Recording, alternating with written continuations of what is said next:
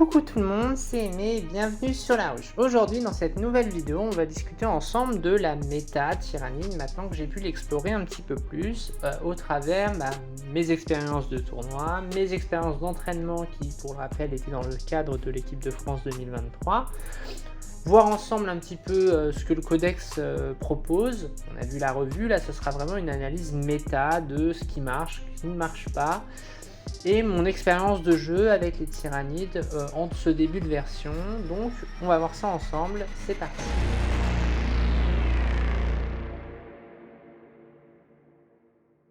C'est donc parti, je vais vous parler de cette version, donc cette V10 qui est arrivée entre guillemets un petit peu sur les chapeaux de roue. Game Workshop a beaucoup teasé, personnellement j'étais très hypé par ce changement de version, même si j'aimais beaucoup la V9, c'était pour moi la version la plus aboutie, que ce soit par le suivi des facs, des choses comme ça. Alors ça peut être dérangeant pour les gens qui du coup n'ont pas vraiment le temps de s'habituer, mais je pense que malheureusement c'est l'un des mots de Game Workshop, c'est qu'ils veulent faire de l'argent, et donc en faisant de l'argent, le but c'est de déséquilibrer le jeu à un moment pour le rééquilibrer, pour le redéséquilibrer, de manière à booster les ventes. On le voit très bien avec leur communication sur Warhammer Community notamment, où ils font en sorte de montrer des unités très fortes, et instantanément ces figurines sont en rupture de stock, ce qui montre bien qu'il y a une stratégie de vente derrière, et malheureusement c'est un petit peu...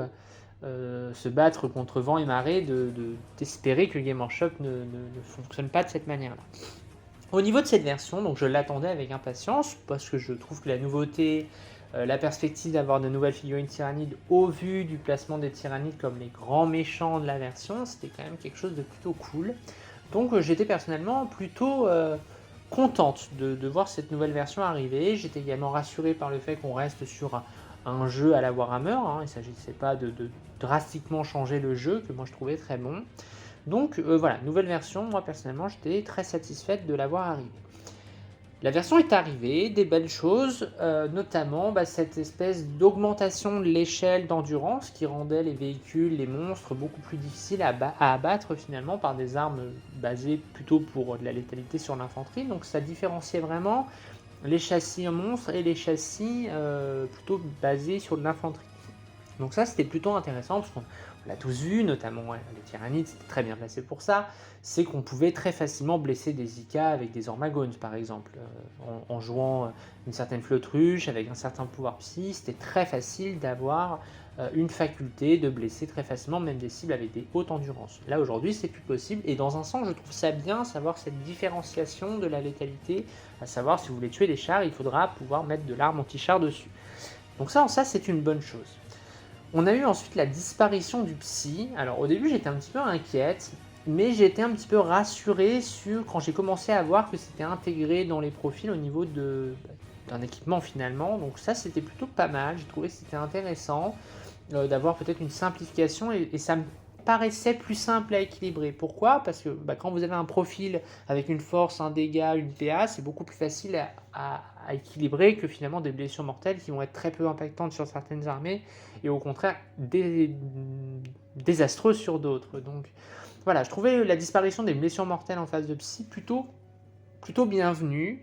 Ça, je trouvais ça intéressant. Là où j'ai commencé à un petit peu déchanter, c'est que finalement toute cette phase de psy a disparu aujourd'hui. C'est-à-dire que même utiliser des ressources d'augmentation de létalité, je pense notamment au sort pour donner des plus 1 à la blessure, ce genre de choses a complètement disparu. Aujourd'hui on est sur des capacités annexes qui sont bien souvent débloquées en mettant les figurines dans des unités. On en parle juste après de cette interaction personnage dans les unités qui personnellement moi me déplaît énormément, surtout pour les tyrannides. On a commencé également à avoir des difficultés de compréhension sur certaines règles, notamment des changements drastiques sur le mot-clé vol. Maintenant, vous devez escalader les murs, même quand vous volez. Et en fait, ça transforme certaines unités ayant le vol. Le vol ne sert strictement à rien aujourd'hui sur certaines unités. Et c'est un peu dommage, parce qu'en fait, ça ne sert à rien, non, mais par contre, ça vous donne une sensibilité sur certaines armes, et on va le voir. Et c'est un autre problème de cette version, c'est les blessures mortelles, parce qu'en fait vous allez générer des blessures mortelles. Donc on était sur de l'endurance très élevée pour différencier la létalité entre les monstres, les véhicules, l'infanterie, et on a un système qui est incrémenté dans le jeu, parfois de manière complètement dégénérée, pour faire des blessures mortelles en se fichant à la fois de l'endurance, en se fichant parfois de la sauvegarde et même de l'invulnérable. Et du coup, ça casse tout le travail d'échelle qui avait été fait sur les endurances. Et en ça, c'est vraiment dramatique, je trouve.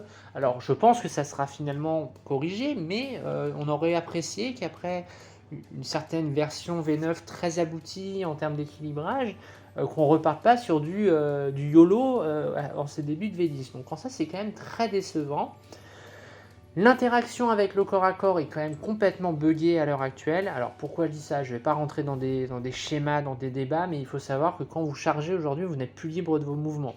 C'est parfaitement compréhensible que quand vous chargez, vous devez vous rapprocher de l'unité que vous avez chargée, ce qui n'était pas le cas dans la version précédente et qui permettait des trucs un peu bizarres.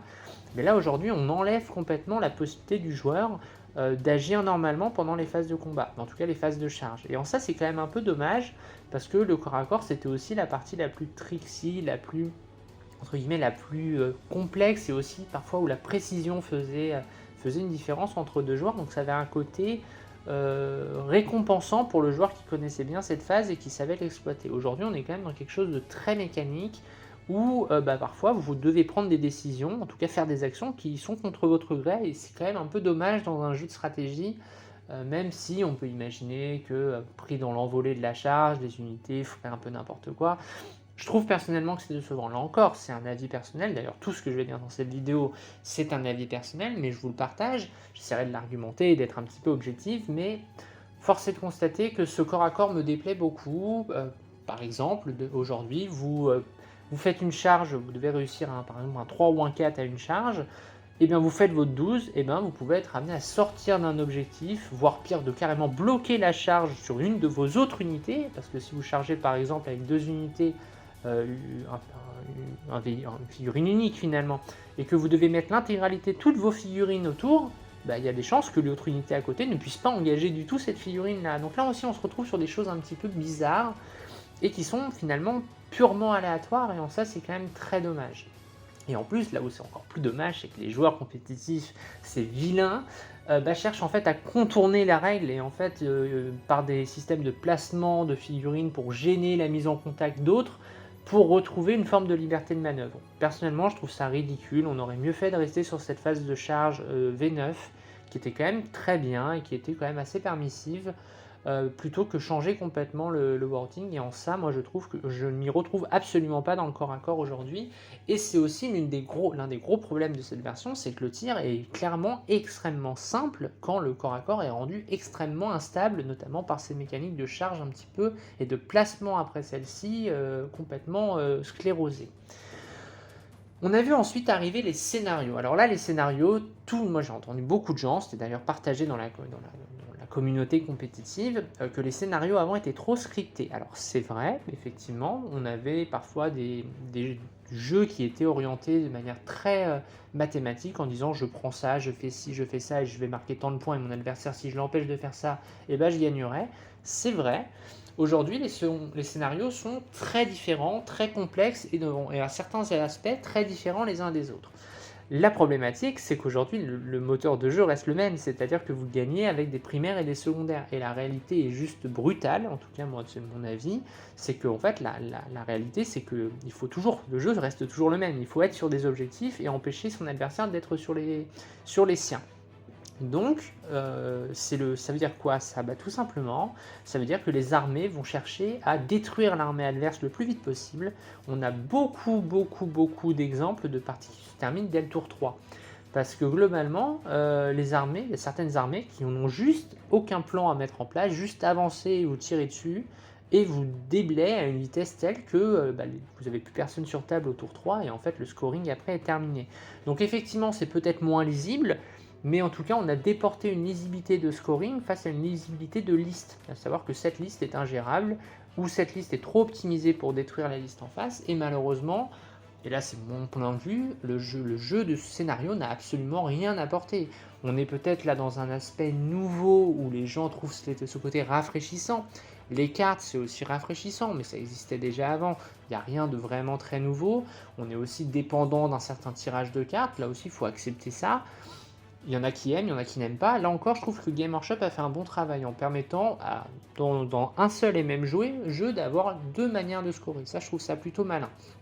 La difficulté, c'est qu'en fait, c'est toujours pareil, ça reste un jeu de létalité. Si vous détruisez l'adversaire, vous allez gagner. Et malheureusement, aujourd'hui, on est beaucoup dans une méta qui tourne à je vais chercher à détruire le plus vite possible mon adversaire pour que celui-ci ne score pas.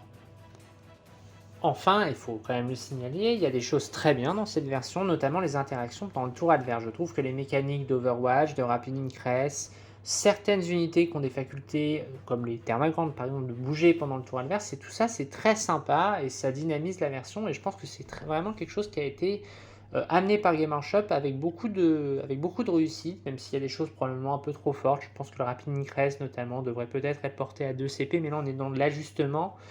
Très honnêtement, ça c'est une belle ressource, je trouve, qui a été apportée, qui modernise le jeu, et je trouve que c'est vraiment un plus.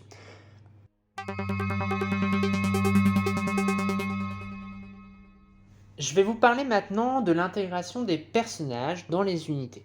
Ce système est connu, pour ma part j'ai joué en V6, en V7, donc je connais ce système et personnellement il ne me dérange pas et je trouve qu'il est plutôt intéressant. C'est vrai que je trouve que c'est mieux d'avoir des unités personnages qui lead des unités, ça restreint aussi les bonus des personnages à une seule unité et ça permet de mieux équilibrer, je trouve, les coups en points des personnages. Donc ça, en ça, c'est une bonne chose. Là où je vais, pour le coup, m'appesantir un peu, c'est, pour le coup, sur l'aspect tyrannide. Pourquoi ? Parce que l'intégration de certains personnages tyrannides, notamment le Broodlord, le Tyrannide Prime, s'intègre parfaitement bien à leurs unités partenaires, entre guillemets. Rentrer un Prime dans une unité de Warrior, c'est absolument pas dérangeant, je trouve ça très chouette, c'est très intéressant en termes d'image, enfin en tout cas il n'y a pas de souci là-dessus, je veux dire le fond, la mécanique est bonne. Le problème c'est que, et là c'est là qu'on va parler, vous allez m'entendre pour la première fois de la vidéo un petit peu m'agacer, c'est l'intégration des personnages monstres comme le Neurotyran ou le Hive Tyrant dans des unités de Hive Guard. Le premier problème, c'est que dans cette version, vous allez additionner l'intégralité des mots-clés des unités. Ce qui veut dire que si vous rentrez un Neurotyran dans des tyrans de garde, l'unité devient une unité volante, personnage, infanterie, monstre, psycheur. Autrement dit, vous allez avoir une sensibilité contre quasiment toutes les armes anti du jeu. Et maintenant que ça s'applique à l'unité, ce qui veut dire que typiquement, un lance-flamme d'Edguard va blesser votre unité sur du 2+, ou des armes anti-infanterie vont faire leurs effets, notamment par exemple de blessures mortelles, sur l'unité, même si finalement l'arme n'affecte que des figurines d'infanterie, puisque ça va taper que les gardes du gore dans un premier temps. Ça, c'est la première difficulté, c'est qu'en intégrant des figurines monstres dans vos unités, bien souvent vous affaiblissez, vous sensibilisez l'unité de manière beaucoup plus diverse. Et donc en ça, c'est quand même un peu un problème. On pourrait s'arrêter là, mais c'est là qu'on va arriver au deuxième problème, c'est que bien souvent, les endurances des monstres tyrannides sont nettement supérieures à l'endurance de leur garde du corps. C'est moins vrai pour les tyrans de garde, mais l'exemple flagrant, c'est d'intégrer un neurotyran dans des neurogaunts. Eh bien, vous laissez l'opportunité à votre adversaire d'affaiblir votre unité de neurogaunt suffisamment basse pour qu'il reste un ou deux neurogaunts, et là, il va activer une unité qui va avoir une force assez élevée, et qui va intégralement blesser sur le profil d'endurance des gardes du corps, à savoir l'endurance 3 des neurogaunts. Et dans ce cas-là, qu'est-ce qui va se passer ? L'intégralité des jets de blessure vont être faits sur cette endurance faible, et ensuite les dégâts seront, une fois que les neurogaunts seront morts, l'intégralité des dégâts seront répartis sur le neurotyran. Et donc en fait, votre endurance élevée que vous payez va vous servir à rien finalement. En tout cas, c'est clairement un outil stratégique et pour le coup je trouve un peu idiot, qui peut être usé et abusé par vos adversaires et qui peuvent rendre vos monstres finalement beaucoup moins tankys qu'ils ne le paraissent.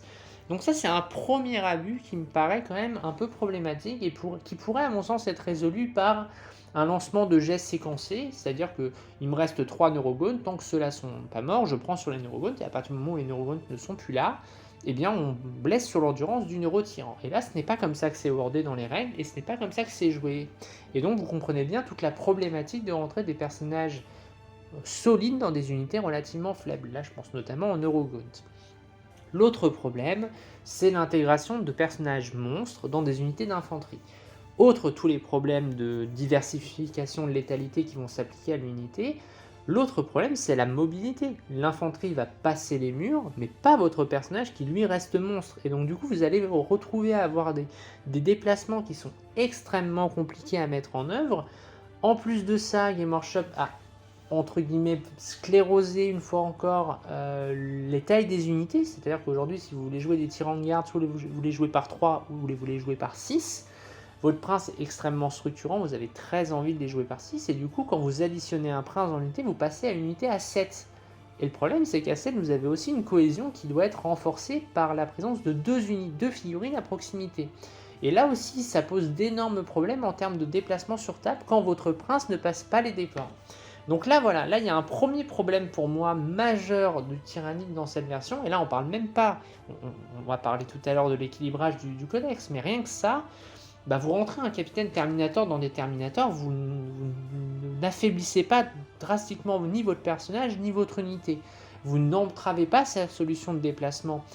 Là où le Tyrannide, lui, oui. Et c'est un vrai problème, en tout cas moi c'est vraiment quelque chose qui m'a rendu folle sur mes parties, parce que vraiment j'avais vraiment l'impression d'avoir une unité qui était complètement rendue presque inopérante sur le volet déplacement. Et ça c'est vraiment dramatique quand on le voit sur table, et qui en plus ça peut être largement exploité par votre adversaire, notamment en faisant en sorte que votre prince ne pourra pas taper. Par exemple, quand il vous charge d'une certaine manière, avec toutes les interactions de corps à corps, vous avez un socle énorme, vous avez plein d'interactions qui font qu'on peut vous mettre votre personnage dans le vent, et ça c'est quand même assez dramatique, notamment, comme je le disais, sur l'aspect déplacement. Donc ça c'est un premier point qui pour moi est désastreux pour le Tyrannide dans sa conception même des règles.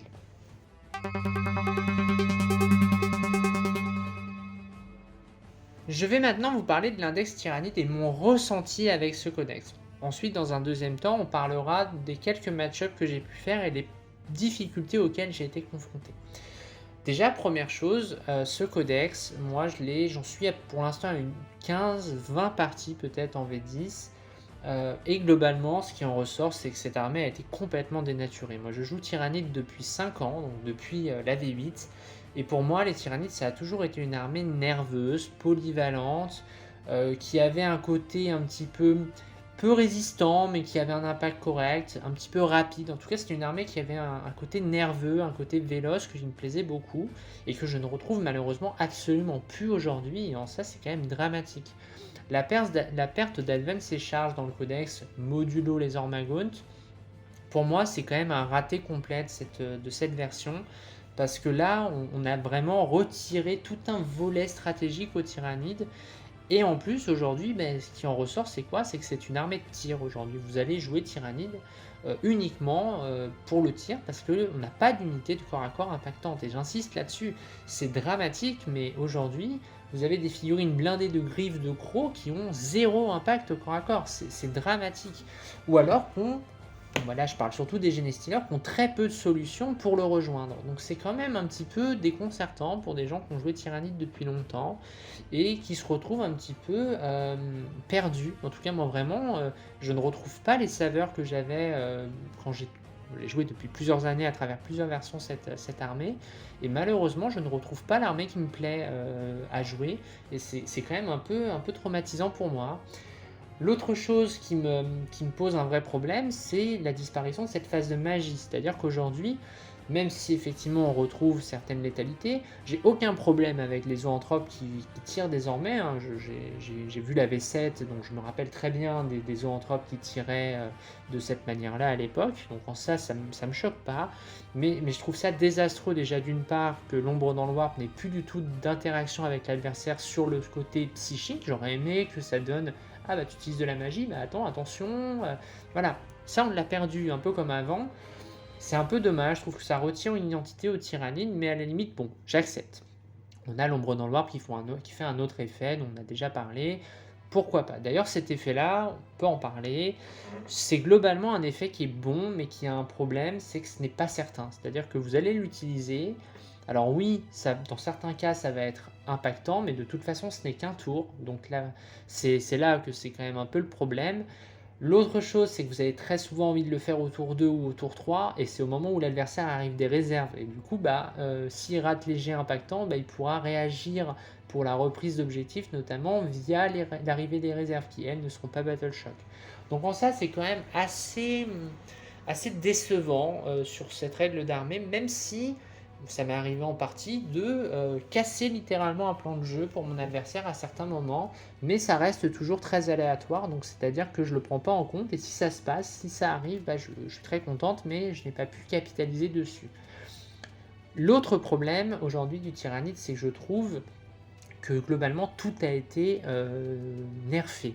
C'est-à-dire qu'on a parlé tout à l'heure de l'augmentation de l'échelle de l'endurance, et malheureusement le Tyrannide s'est retrouvé globalement exclu de ça. C'est-à-dire que les monstres n'ont pas gagné structurellement plus d'endurance, enfin non pas typiquement, un exemple très flagrant, avant on avait des monstres endurance 8 qui étaient l'endurance la plus élevée du jeu, ou quasiment la plus élevée, alors qu'aujourd'hui, la plupart des monstres, notamment les Carnifex, sont à 8 ou 9 tendus, et c'est quand même un peu dramatique parce que endurance 9, c'est pas du tout la même qu'une endurance 10. Et en ça, on a beaucoup perdu à ce niveau-là. Alors les monstres ont perdu en points, donc on pourrait se dire ok, très bien, mais le problème c'est que les autres châssis aussi ont perdu en points. Je parlerai tout à l'heure des différents match-up. Un petit Ika type Harbinger, c'est 140 points. Quand vous le comparez même à un Arospex, je trouve que la comparaison est dramatique en fait. Donc là, pour moi, il y a un vrai problème à ce niveau-là, au niveau du Tyrannide, sur la mise à l'échelle. L'autre problème, c'est l'infanterie tyrannide qui est globalement très mauvaise. Aujourd'hui, les infanteries tyrannides sont nulles. Il y a malheureusement pas trop de débats. On a des infanteries qui n'ont pas d'impact. Les Leapers sont des figurines qui sont qui sont géniales en termes d'imaginaire, etc. Mais quand on les met sur table, c'est désastreux. Ça n'a aucun impact. Donc c'est un petit peu dramatique. Les guerriers, les Raveners sont un petit peu dans le même cas, dans la mesure où déjà ils n'ont pas assez de projection pour ce qui est des guerriers et pas assez de PA pour ce qui est des Raveners pour avoir un impact. Donc globalement, toute l'infanterie de corps à corps est rendue vraiment mauvaise. Et là, c'est même pas l'armée pêche un peu, c'est que non, l'armée est juste mauvaise en termes de corps à corps. Aujourd'hui, le Tyrannide ne fait plus peur au corps à corps. Même le prince, qui historiquement a toujours été un gros ton de corps à corps, est devenu un particulier, si j'ose dire, et c'est franchement un petit peu dommage, et en ça, vraiment, l'armée s'est fait décapiter, à mon sens, sur ce volet létal au niveau du corps à corps. Enfin, moi, j'imagine, rien qu'un Normagone, ça devrait taper un petit peu. Alors, je dis pas que ça devrait avoir force 8, PA-3, dégâts 3, c'est pas ce que je dis, mais là, on est clairement sur un truc qui tape moins fort qu'un Space Marine qui n'a pas d'arme de corps à corps, typiquement. C'est quand même un peu problématique à mon sens. Donc moi j'ai vraiment de grosses réserves sur ce volet-là, en plus de tout ce qu'on a dit par rapport au début de la vidéo, c'est que le corps à corps est déjà en plus hyper hasardeux. Si en plus il n'a pas d'impact, en fait la réalité c'est que la méta s'oriente vers du tir. Et c'est une réalité, c'est qu'aujourd'hui le Tyrannide est devenu un codex de tir. La létalité du jeu aujourd'hui se retrouve à travers quelques unités et les monstres. Les monstres sont corrects pour la plupart, mais ils donnent beaucoup de points de abattez-le. Donc là aussi, si vous faites une armée entièrement composée de monstres, vos personnages sont en général monstres et personnages, donc ça augmente encore le nombre de points que vous allez potentiellement donner à votre adversaire, donc c'est quand même un petit peu dangereux de faire des listes basées sur les monstres, même si on a en fait très envie de le faire. L'autre problème, c'est les layouts de table. Les layouts de table sont quand même assez chargés, les monstres ne passent pas les décors, et donc vous devez contourner. Vous devez contourner, ce qui fait que votre mobilité, souvent de 8 pas de mouvement, est rendue extrêmement peu impactante, en tout cas beaucoup trop faible pour menacer réellement. Et en plus, vous vous exposez dans des couloirs de tir qui sont en général relativement sécures pour votre adversaire qui va vous aligner tranquillement. Donc l'armée a un vrai problème à mon sens. Je n'aime pas trop me plaindre, j'essaie d'être objectif, mais là j'ai vraiment fait beaucoup de parties. Alors j'ai fait des parties dans des contextes très durs, j'ai pas beaucoup affronté certaines armées dites de milieu de tableau, mais les armées que j'ai affrontées ne jouaient pas au même jeu, clairement. Donc c'était vraiment un peu dommage. Je pense que ça finira par être corrigé, je ne sais pas comment pour le coup. Mais en tout cas, voilà, moi je trouve que le tyrannide est vraiment dénaturé aujourd'hui et ça me désole de dire ça. Et j'espère vraiment alors on a une chance, c'est que le codex tyrannide va arriver rapidement dans la version. Alors d'expérience, je sais que ce n'est pas forcément gage de grande pérennité, mais en tout cas, l'index, j'étais très très contente au début parce que je le trouvais très sympa. Je le trouve toujours très sympa, mais quand je le compare aux autres, je me dis, mais en fait, on n'a pas évolué de la même manière dans une V10 désormais. Donc, c'est voilà, c'est un petit peu gênant, et en ça, moi, j'ai un peu d'amertume. Donc voilà. Les points positifs du tyrannide, et là pour le coup, il y a beaucoup de gens qui regardent les win rates tyrannide. Effectivement, quand on regarde le taux de victoire global de l'armée tyrannide, on est aux alentours de 50%, un petit peu plus, un petit peu moins selon les tableaux. Et en fait, du coup, c'est très bien. On se dit, très bien, l'armée est complètement équilibrée. Alors, pour le coup, j'ai pas encore le recul pour me dire, est-ce que je vis dans un spectre, entre guillemets, de tueurs de bébés phoques qui ont joué des codex, pour le coup, trop forts, et il y en a, on en parlera tout à l'heure, qui me font dire que le tyrannide est vraiment vraiment un énorme problème. Je n'ai pas affronté d'armée un petit peu faible, parce qu'il y en a également. Donc peut-être que cette analyse un petit peu trop sévère sur le tyrannide est rendue ce qu'elle est par mon affrontement face à des armées très élevées en termes de win rate. Mais la réalité, et moi c'est mon ressenti, c'est que le tyrannide a quand même des soucis que j'ai évoqués, et que l'existence de ce win rate relativement correct est rendue possible par quoi? Par les biovores. Et là on va s'apesantir un petit peu. Les biovores, c'est donc une unité qui paye pas de mine, mais qui génère des unités sur la table. Historiquement, les spores mines, qui sont donc les unités générées par les biovores, ne comptaient jamais pour le secondaire. Là, cette restriction n'existe plus. Ce qui veut dire qu'avec 2 ou 3 biovores, vous réalisez extrêmement facilement vos objectifs Maelstrom de cartes. Et c'est ce qui fait que le tyrannide, sans doute, parvient à voler de petites victoires, ou en tout cas à s'en sortir correctement grâce à ça. C'est extrêmement fort. Moi, je joue un petit peu World Eater. Dans World Eater, vous n'avez pas de solution. Vous chopez faire des actions dans des quarts de table. Vous avez des 8 Bound, ou vous avez des berserkers en rhino, vous n'avez pas du tout envie de faire une action avec des unités comme ça. Alors qu'en tyrannide, vous générez 2 spores mines, très bien, je fais une action dans ta zone, une sur un objectif, et puis c'est réglé, quoi. Et c'est un côté, alors je pense que le tyrannide existe grâce à ça, mais c'est un côté un petit peu déplorable, c'est-à-dire que l'essence de ce jeu avec des cartes, c'est de réagir à des missions qui nous sont données. Et là, en fait, avec 2 gus planqués derrière un décor, vous réalisez ça, entre guillemets, finger in the nose. Et je trouve ça un peu dommage pour le côté juste jeu. En tout cas, moi, je trouve ça dommage. Voilà. Bon, après, je suis un petit peu salé. J'essaye d'être un petit peu objectif en vous donnant des exemples. Mais moi, je suis à la fois déçu et un petit peu inquiète, parce que vraiment, à l'heure actuelle, le tyrannide ne me procure plus autant de plaisir qu'il m'a donné pendant ces longues années de bons et loyaux services. Et en ça, je suis un petit peu décontenancé, parce que je ne retrouve pas mon armée, en fait. Et alors j'ai d'autres armées, évidemment. J'ai des Necrons qui sont très bien, j'ai des Space Marines. Voilà, j'ai d'autres armées, je sais que je pourrais jouer autre chose.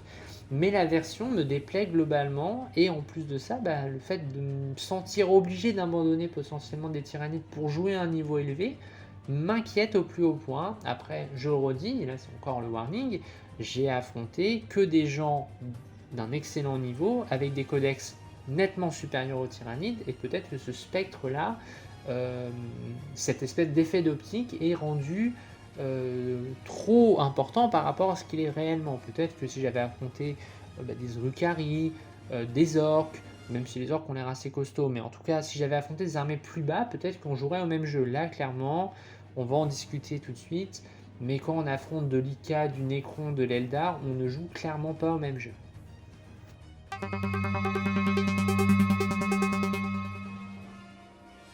Je vais donc maintenant vous parler des différents affrontements que j'ai pu tester dans ce début de version. On ira assez vite sur chacun d'eux, la vidéo est quand même assez longue, donc le but c'est pas de la rallonger inutilement, mais de gagner un petit peu de temps, et donc je vais vous faire une compilation des différents rétextes que j'ai pu obtenir.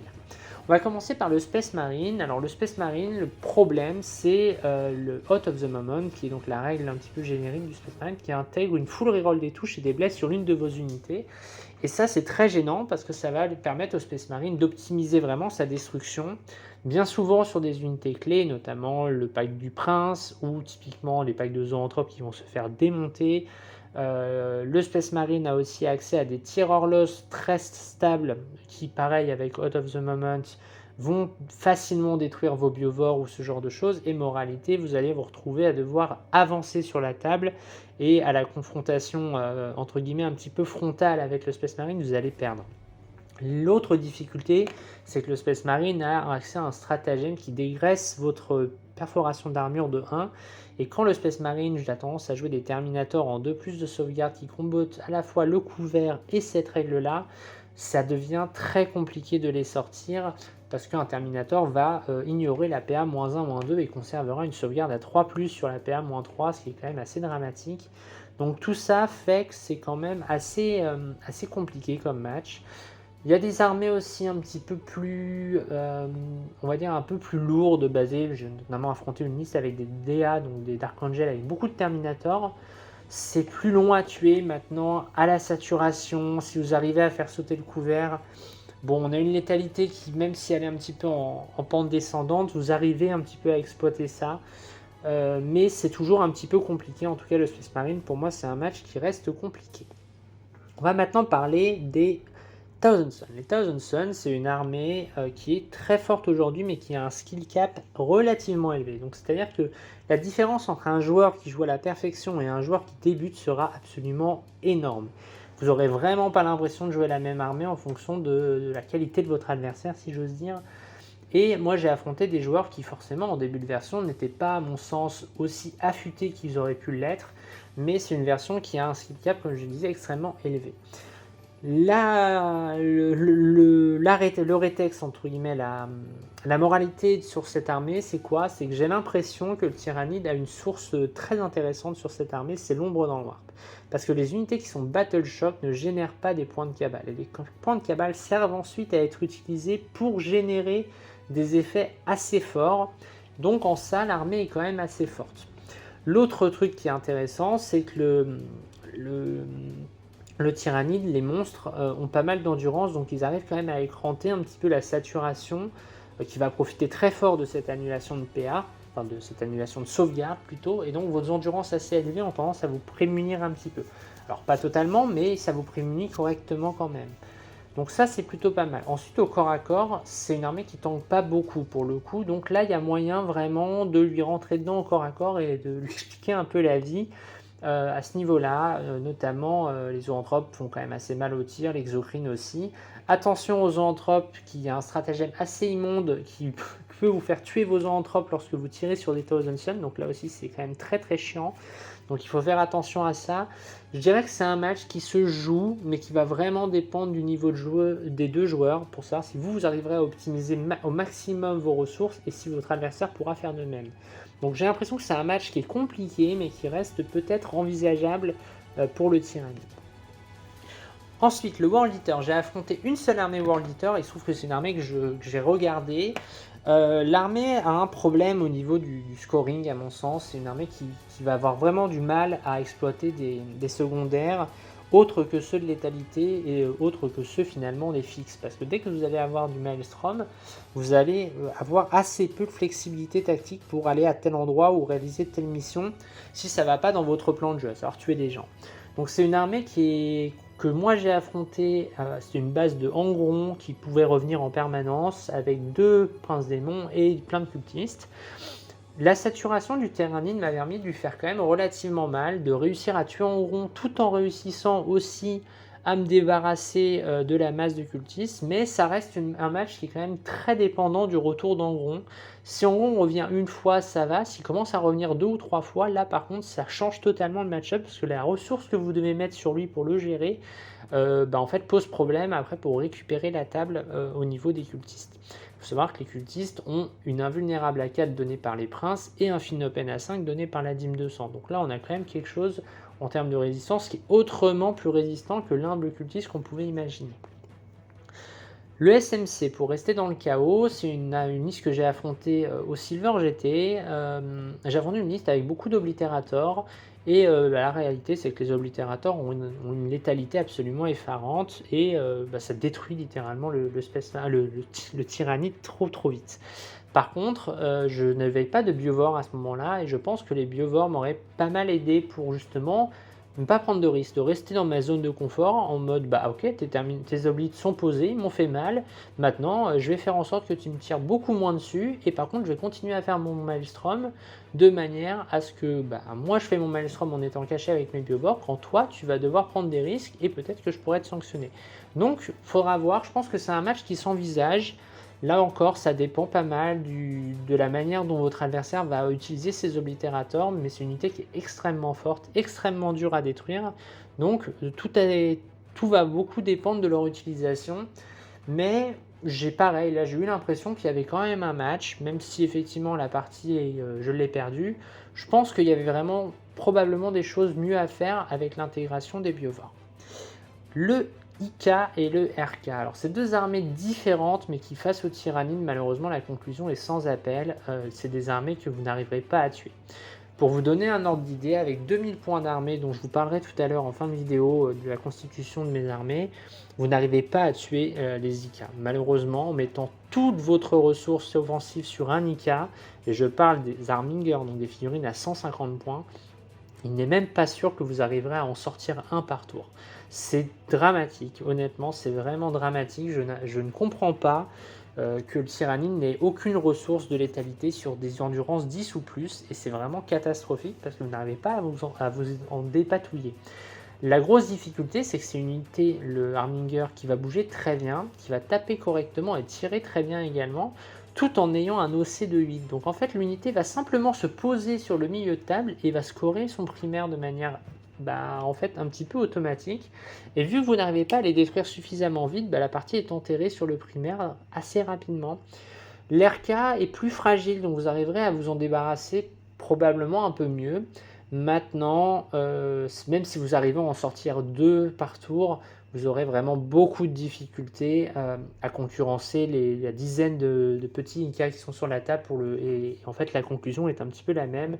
Vous allez avoir énormément de mal à utiliser votre primaire, en tout cas à augmenter, à gagner du primaire, et donc ça risque de créer un delta assez rapidement sur la partie. Le Craftworld. Alors le Craftworld a été nerfé depuis que je l'ai affronté, mais ce que j'en ai vu était assez terrifiant, bien que le tyrannide, à travers son Field Open en réaction, permet de se prémunir quand même assez bien du combo de mortels que l'Eldar peut générer. Ça c'est vrai. Par contre, la grosse difficulté, c'est que l'Eldar a du tir hors loss de manière très létale avec les Night Spinners. Et ça, c'est un problème parce que c'est des unités ça va vous tuer facilement vos biovores et résultat, vous n'allez perdre votre moyen de scoring. Et ensuite, toute votre mobilité va être en fait éteinte par ces mêmes Night Spinners qui vont vous donner des moins 2 mouvements et pas d'advance qui sont catastrophiques pour se répandre sur la table. Donc là, l'Eldar, c'est toujours pareil, c'est que c'est une armée qui est très compliquée à affronter parce qu'en fait, elle va tirer beaucoup plus fort que vous et en plus, elle sera insaisissable et en ça, c'est vraiment un problème. On va voir comment les listes Eldar s'orientent désormais avec le nerf qui aurait tombé dessus tout à fait légitimement. Mais à ce niveau-là, gros on va dire entrave de jeu pour le tyrannide parce que beaucoup de ressources pour contrer le style de jeu tyrannide. C'est très facile de vous retrouver typiquement au milieu de la pampa en ayant pensé pouvoir faire une charge qui était rendue impossible via des tricks Eldar. Donc là, c'est quand même assez embêtant. Maintenant, effectivement, des figurines comme les Exocrines vont quand même faire assez mal à l'Eldar à condition que vous le voyez ou ce genre de choses. Le Necron. J'ai affronté un Necron en personne d'Ashord. C'était vraiment très dur. Je pense que comme Nika, c'était vraiment des matchs où j'ai vraiment eu l'impression de pas du tout jouer au même jeu. C'est-à-dire que je tirais sur ces unités et je ne les tuais pas. Et pire, elles se relevaient. C'est-à-dire qu'il relevait plus de figurines que moi j'étais capable de lui en tuer. Donc c'était vraiment absolument effarant et désespérant. C'est-à-dire que j'ai tout essayé. J'ai essayé de sniper les personnages au moment où ils étaient Battle Shock pour pas qu'ils puissent se relever. Et malgré tout, les persos avaient quand même des Field Open à 4 absolument insensés. C'était vraiment très compliqué. les unités tapent fort, enfin, le Necron ont un système de personnages qui s'intègrent dans les unités de manière très très cool. Vous pouvez mettre jusqu'à 2 figurines de personnages dans une même unité, ce qui augmente vraiment la résistance de celle-ci. Les Lich Guard m'ont semblé réellement intuables, cette unité. Vous cumulez un combo de résistance qui est absolument dingue, qui vous immunise aux saturations parce que vous avez une bonne endurance couplée à un -1 blessure. Donc même à moins de saturer à la force 6, ce qui est franchement peu populaire en tout cas dans le Tyrannide, et ben en fait vous pouvez essayer de les tuer en tirant à l'anticharme, et dans ce cas-là, et ben vous allez rebondir sur une invulnérable. Donc c'est vraiment compliqué, et puis le tout se relève très très bien, donc c'est vraiment assez horrible à affronter. Vous avez vraiment l'impression d'affronter une armée qui est sans fin. En plus de ça, il y a un anti-char absolument infâme à travers les Doomsday Ark et les Locust Destroyer qui vont vous pilonner à longue distance sans que vous puissiez répondre réellement. Donc là aussi, c'est vraiment une armée qui est très compliquée à affronter, et j'ai vraiment senti un gap énorme en affrontant les Necrons. Enfin, dernière partie, c'était contre les Custodes. Alors les Custodes sont un très très bon codex, un codex qui traumatise beaucoup d'armées, et étrangement, les 2 que j'ai affrontés, j'ai gagné. Alors, pourquoi ? Tout simplement parce que le Custodes est rarement joué mécanisé, et plutôt joué à pied. Et effectivement, le Custodes a des endurances assez élevées, mais qui le portent quand même, en tout cas les exocrines, ce genre de choses, sont des menaces réelles sur les Custodes qui ne bougent pas très vite, et qui ont en général 3 PV endurance 6, donc ce qui en fait de l'exocrine une menace tout à fait sérieuse. L'autre chose qui est très sympa, c'est que vous pouvez avoir les tyrans de garde avec leur endurance 8 qui vont tanker relativement bien, et les monstres sont aussi plutôt résistants. Donc, en tout cas, les 2 parties que j'ai pu faire contre le Custodes, j'ai vraiment eu l'impression de jouer, alors contre une armée solide certes, mais en tout cas une partie qui s'est jouée jusqu'au bout, et qui m'a semblé tout à fait prenable dans un sens ou dans l'autre. Donc en ça, c'est plutôt intéressant. Là aussi, je pense que l'armée tyrannide ne faisant pas du tout de BM, la règle d'armée des Custodes qui leur rend un fin open à 4 sur les blessures mortelles est inopérante, donc ça leur enlève toute la résistance qui devrait être la leur, n'apparaît pas sur la létalité tyrannide, et donc en ça rend un match-up plutôt prenable pour le tyrannide. Voilà. Je vous ai parlé des matchs que j'ai pu réaliser, je n'ai pas, donc comme vous voyez, il y en a pas mal que je n'ai pas fait, et c'est ce qui me fait dire que probablement le Tyrannide est un codex de milieu de tableau, alors qui pêche avec tout ce que je vous ai dit, mais j'ai aussi affronté beaucoup de gros codex, et donc c'est pour ça que j'ai beaucoup perdu, plus que je n'avais jamais perdu jusqu'à présent, mais je pense que c'était aussi lié à l'environnement de jeu dans lequel j'évoluais, et à travers aussi l'environnement de méta qui était celui de codex très très haut avec des joueurs d'un bon niveau. Donc en ça a sans doute un petit peu faussé mon estime, mais vraiment là le Tyrannide, j'ai vraiment eu l'impression de jouer un codex qui était réellement dépassé à tous les aspects, mais je le redis, peut-être que je n'ai pas affronté des codex de mon niveau. Voilà, moi j'ai pas de souci à jouer un codex milieu de tableau. Le problème, c'est que quand vous affrontez coup sur coup que les 3-4 meilleurs codex, forcément la punition arrive très très vite.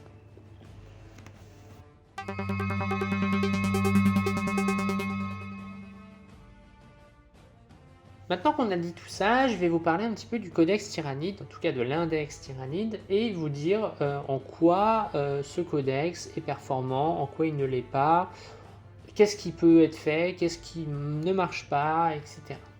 Donc on va parler des différents styles de jeu. Premier abord, le style de jeu de masse qui paraît séduisant sur le Tyrannide, parce qu'effectivement les Ormagantes, les Termagantes, des petites figurines très peu chères, les Neurogones qui maintenant sont vraiment l'une des figurines les moins chères du jeu, on pourrait se dire, écoutez, je pars sur de la masse parce que il n'y aura pas assez de balles en face pour me tuer.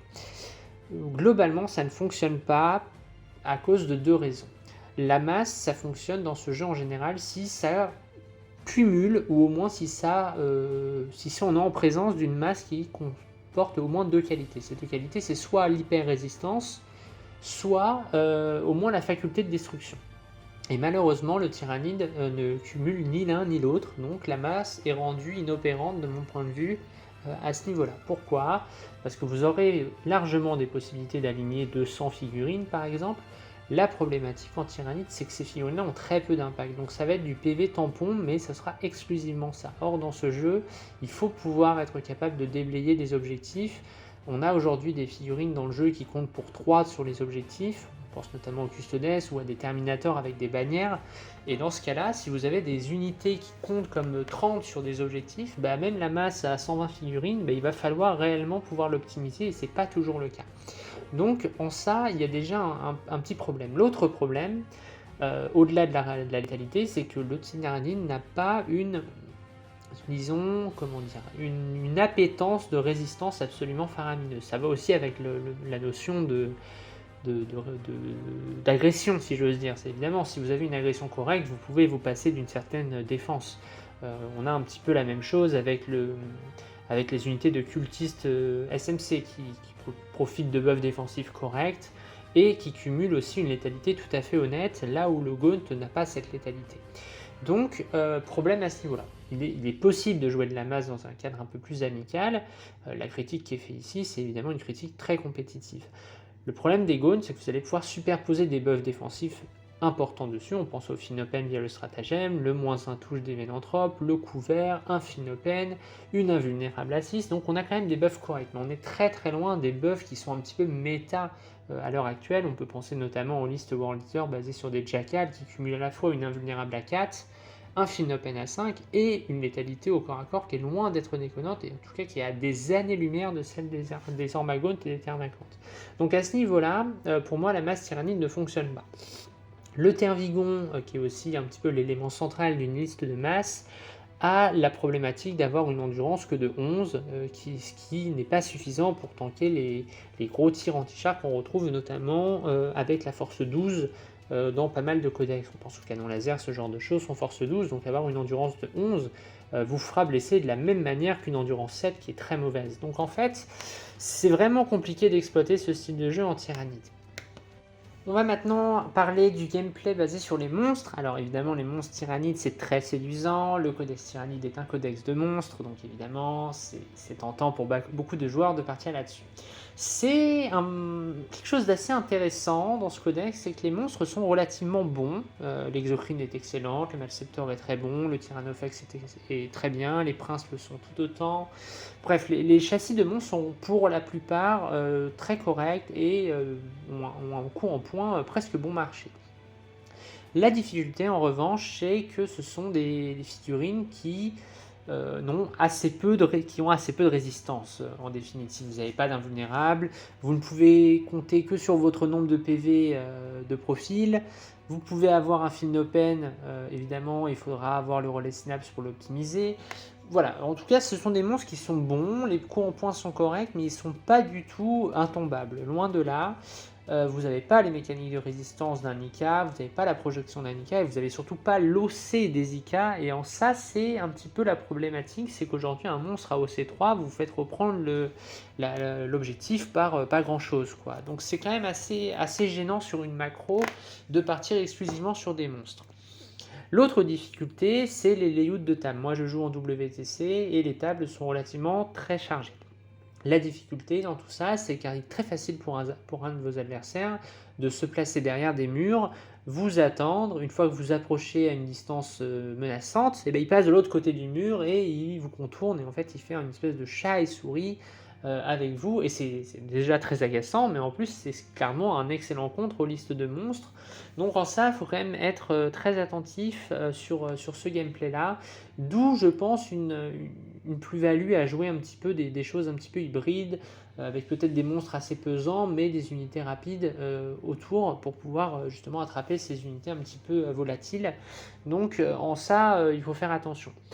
La difficulté aussi des monstres, c'est que, je le disais, c'est que clairement, on a des monstres qui sont très bon marché, qui sont très corrects dans l'écosystème tyrannide, mais l'IK est extrêmement bon. Les IK sont meilleurs pour le même coup en point assez proche.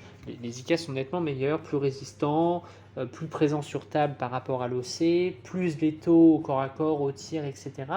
Et en fait, étant un codex très bon, c'est un codex qui va être chassé. Et en général, ce qui marchera sur l'Inca marchera également très fort sur les monstres tyrannides. Donc, vous payez entre guillemets un petit peu les qualités de l'ICA en ne les ayant pas réellement. Et en ça, c'est ce qui pose problème à mon sens dans les listes monstres tyrannides Donc pour moi, c'est utile, c'est jouable, c'est tout ce qu'on veut. Attention sur le côté déplacement, attention de la méta qui risque d'être très offensive et très nocive contre les monstres tyrannides. Et aussi, évidemment, si vous jouez une dizaine de monstres, eh bien, vous allez facilement donner abattez-le. Et dans ce cas-là, c'est très gênant parce que vous donnez quasiment automatiquement un secondaire facile, en tout cas pour votre adversaire, à déployer. C'est-à-dire que là, il ne pourra pas allouer des ressources pour réaliser telle ou telle action. Il lui suffira de détruire vos monstres pour scorer. Donc c'est un choix évident et assez facile pour votre adversaire. Donc attention à ça. Parce que ça peut être quand même assez problématique, d'autant plus si c'est cumulé avec un nombre important de personnages dans votre liste. On va maintenant parler de la méta un petit peu polyvalente en tyrannide que vous savez que j'affectionne, qui est basée sur en général des listes assez équilibrées entre un petit peu du petit, un petit peu du moyen, un petit peu du gros. Aujourd'hui, le moyen est globalement assez mauvais. Pourquoi ? Parce que les guerriers que j'adore sont en fait inexploitables aujourd'hui réellement. Alors vous pouvez les jouer à 70 points, 3 guerriers qui prennent un objectif, ils sont au C2, ce qui est très correct. Le canon venin est relativement sympa, aléatoire, mais quand même une force 9 de dégâts multiples qui est séduisante. Les guerriers génèrent un certain nombre d'attaques de force 5, donc c'est pas déconnant. Vous avez les Raveners également qui sont corrects, mais qui eux vont coûter, déjà vont pas être synapses, vont coûter le même prix que des guerriers globalement. Vont avoir une relance des blessures intégrée, ce qui est très agréable, beaucoup d'attaques, un petit peu de tir aussi, donc c'est une très bonne unité. La problématique c'est que de 1 elle n'est pas synapse comme je l'ai dit, mais elle est également PA-1, et la PA-1 c'est quand même très léger aujourd'hui, donc pour une unité d'impact de close qui ne fait que ça, c'est un petit peu compliqué à utiliser. Et clairement, on va le dire, aujourd'hui, les listes brutales corps à corps en tyrannide, ça n'existe plus. Le codex n'a pas les outils pour proposer ce type de gameplay qu'on pouvait voir dans la version précédente, basée sur des marées de guerriers de corps à corps, ça c'est terminé. Donc aujourd'hui, il va falloir mixer les unités entre elles et prendre garde, parce que les unités de tir, typiquement les zoanthropes, les exocrines, sont très bien, mais ont d'énormes faiblesses, notamment vis-à-vis des lignes de vue qui sont déjà un petit peu plus compliquées à prendre maintenant, mais également par le fait qu'ils sont cliquables. Et ces unités qui sont cliquables, elles ont, pour les zoanthropes, aucune faculté de désengager plus tirer, et l'exocrine étant blast, elle ne peut pas tirer dans son corps à corps. Elle pourra tirer ailleurs, mais une certaine géométrie de la part de votre adversaire pourra lui permettre de s'en prémunir. Donc moi je trouve que il faut varier. Clairement aujourd'hui, il y a des unités qui sont très bonnes, on va en parler dans le tyrannide, mais vous ne pouvez pas baser vos stratégies sur un spam brutal de full masse, full véhicule. Enfin, véhicule non, mais monstre en tout cas. Il faut essayer de varier sa liste, donc de jouer un petit peu quelque chose de polyvalent. Ce qui fonctionne très bien aujourd'hui en tyrannide, c'est les zoanthropes par unité de 1 ou 2, de 1 ou 2 unités, des exocrines, les malceptors sont également pas mal du tout. Le prince est extrêmement intéressant pour sa synergie d'économie de PC. La problématique malheureusement c'est qu'il faut le mettre dans des tyrans de garde qui sont quand même assez chers pour un impact très modéré. Le prince est lui-même très cher à mon sens, il est au moins 50 points trop cher, j'en suis intimement convaincu. Avec toutes les problématiques dont je vous ai parlé avant sur la mobilité, etc. Moi j'aime beaucoup le neurotyran aussi, qui du coup fiabilise un petit peu votre règle d'armée et qui fait un très bon gardien de but, parce qu'avec son lance-flamme il va être très à même à cramer les petites unités qui viendraient faire des actions d'opportunité dans votre zone de déploiement ou menacer votre objectif. J'y vois pas trop un grand intérêt à l'intégrer dans des unités, dans les tyrans de garde, je trouve que c'est un petit peu gâché. Dans les neurogaunts, je ne suis pas certaine que ça soit vraiment très utile, notamment ça peut être quand même contre-productif dans certaines situations où votre adversaire va vous blesser très facilement. Voilà, donc en gros, il y a des unités qui brillent, et on va en parler aussi des unités pépites, entre guillemets. Pour moi, il y en a deux. La première, c'est les biovores. Pourquoi ? Parce que dans ce corpus de règles-là, les spores mines qui sont déployés par les biovores permettent de valider les secondaires. Et en ça rend le tyrannide excellent sur le scoring de secondaire. Et c'est à mon avis, après tout ce que je vous ai dit, que le tyrannide était quand même très en dessous. Il faut bien le reconnaître que les biovores doivent contribuer à laisser à flot ce codex, parce que quand vous avez des facultés de secondaire aisées, eh bien vous n'avez pas spécialement besoin d'attribuer beaucoup de ressources de jeu pour les réaliser. En ça c'est même un petit peu simple et un petit peu débile. On va être clair, quand le jeu pousse à l'interaction avec son adversaire, Quand l'interaction se résume à lancer des spore mines dans la zone de déploiement adverse pour faire la réalisation de vos cartes ou de votre secondaire, c'est quand même un petit peu basique, un petit peu enfantin. Mais aujourd'hui, heureusement qu'il y a ça, parce que le tyrannide n'a vraiment pas les ressources pour menacer beaucoup d'unités sur un affrontement un petit peu frontal. Donc, on a cet avantage, il faut l'utiliser au maximum. L'autre unité qui est également très séduisante, ce sont les gargouilles. Les gargouilles, j'en ai déjà parlé dans la revue, c'est une unité de contestation de primaire très important. Et c'est utile en combo des biovores. Parce que je vous disais tout à l'heure que les biovores assuraient votre secondaire.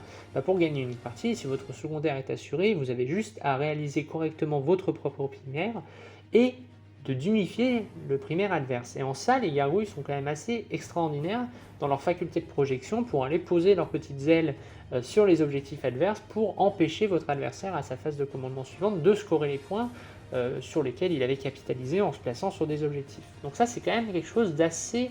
en tout cas, en macro de jeu, c'est extrêmement structurant aujourd'hui en tyrannide, et c'est entre guillemets un petit peu pour ça que le codex brille, si on veut. En tout cas, c'est des combos qui sont très forts et qui sont rendus très séduisants dans une liste compétitive en tyrannide.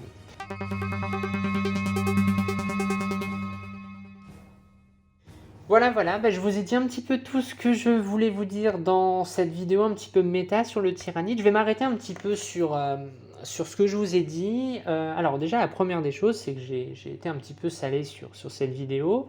J'assume tout ce que je dis. Ça fait longtemps que je joue tyrannide, donc j'estime avoir le droit, de toute façon, même si ça fait pas longtemps, je dis encore ce que je veux. Mais en tout cas, j'estime avoir une certaine légitimité à dire certaines choses. Et je trouve dommage qu'effectivement ce codex ait perdu une certaine saveur. Moi, je trouve que la perte d'Advanced Charge est vraiment catastrophique pour le gameplay. On peut espérer que ça reviendra. Là, aujourd'hui, moi, j'étais engagé en équipe de France sur ce codex. C'était un choix personnel de ma part de ne me positionner que pour ce codex. Il se trouve qu'il a été entendu collectivement que les tyrannides étaient trop faibles pour entrer dans un collectif, ce qui veut dire que je retrouve ma liberté de parole sur le tyrannide pour vous dire un petit peu à quoi je pense, qu'est-ce que je build. Aujourd'hui, il n'y aura pas dans cette vidéo d'exemple de liste parce que ma liste change pour l'instant tout le temps. On est autour de 200 points de modulables qui évoluent au gré de mes envies et de mes tests. Donc ça n'aurait pas un grand intérêt de vous partager ma liste. En tout cas, ça sera l'objet d'autres vidéos, vous inquiétez pas. Je vais continuer à jouer les tyrannides, même si effectivement les tyrannides ne sont plus au top. Je joue tyrannide depuis longtemps, j'ai connu le tyrannide très haut, je l'ai connu très bas. C'est pas ça qui va m'arrêter de le jouer. Je suis une joueuse compétitive, c'est exact, mais je l'ai toujours dit. C'était d'ailleurs assez facile à dire quand le codex était très fort, mais je joue un codex parce qu'il me plaît et je fais au maximum avec celui-ci. Donc voilà, j'ai pas de doute à dire que c'est un codex de cœur que j'aime.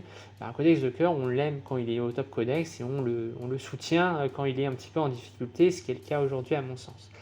Au niveau des joueurs débutants, ne vous arrêtez pas à cette vidéo un petit peu critique que j'ai pu faire dans cette vidéo justement, parce que c'est justement l'exemple. Cette armée que j'aime, je suis compétitrice, eh bien je l'ai commencé pourquoi? Je l'ai commencé avant tout parce que j'adore les figurines et j'adore le fluff. Et ça c'est très important. Quand vous commencez une armée, il faut toujours partir en première intention sur l'armée qui vous plaît le plus physiquement. Pourquoi? Parce que déjà vous allez la peindre, donc ça prend du temps. Ensuite, si vous la faites peindre, vous avez envie de la faire peindre à votre envie, donc l'aspect visuel de l'armée est très important. Il y a des gens qui jouent une armée parce que le style de jeu leur plaît, et là il faut être très attentif là-dessus parce que les versions se suivent et ne se ressemblent pas. Le tyrannide en V8 c'était une armée essentiellement de tir. Ensuite c'est devenu une armée de corps à corps polyvalente. Et aujourd'hui, c'est une armée de tir. Donc en fait, voilà, il ne faut pas jouer une armée parce que le style de jeu vous plaît absolument. En tout cas, bien évidemment, c'est mieux. Mais vraiment, les figurines sont pour moi le moteur essentiel d'un début d'armée en tout cas. Donc voilà, ne vous arrêtez pas. Si vous êtes un joueur débutant et que vous voyez cette vidéo et vous vous dites « Ah bah non, mince, c'est nul, il ne faut pas que je prenne cette armée-là », non. Vraiment, continuez là, persévérez, montez vos figurines parce que la méta va bouger. La méta bouge assez fort tous les 3-6 mois, donc le codex tyrannide arrivant très prochainement, il n'y a pas de difficulté à se dire que l'armée est morte, elle ne pourra jamais être jouable, pas du tout, elle va redevenir jouable, elle sera complètement pétée dans 3 mois, et on regardera cette vidéo avec une certaine ironie. Donc voilà, en tout cas, le message, c'est effectivement le codex a des lacunes. J'espère que le codex comblera ces lacunes-là, parce que c'est quand même un peu désolant de devoir scorer avec des spores mines, et c'est tout aussi désolant de devoir se cacher quand on est censé être un dévoreur de planètes, et qu'on joue tel des marmottes pour se planquer des ailes prédateurs de l'Imperium, quoi. Donc, bon, voilà. En tout cas, c'était ce que je voulais dire. Je vous abandonne sur cette vidéo, gardez la foi dans les tyrannides, continuez à les jouer, comme je disais, ça reste une armée de milieu de tableau, elle n'est pas complètement à la rue, on n'est pas comme certaines armées qui ont réellement été décapitées, je pense au Votann, ce genre de choses. L'armée reste parfaitement jouable. Je le redis, mon expérience de jeu de ces dernières semaines était basée exclusivement sur de l'hyper compétitif. J'ai joué à 80% avec des joueurs de l'équipe de France, donc des gens qui préparaient tout comme moi cet événement-là, mais qui préparaient ça avec les meilleurs codex. Donc évidemment, mon ressenti a été, entre guillemets, peut-être faussé ou en tout cas aggravé par ce milieu, cet écosystème dans lequel je jouais. Donc ne vous arrêtez pas, continuez à jouer les tyrannides, ça va aller mieux, le codex va gagner en complexité assurément, donc ne vous arrêtez pas, continuez cette armée si vous avez flashé tout comme moi sur l'aspect physique des figurines, sur le lore, etc. Voilà, écoutez, je vous fais des bisous, à très bientôt, bisous bisous tout le monde.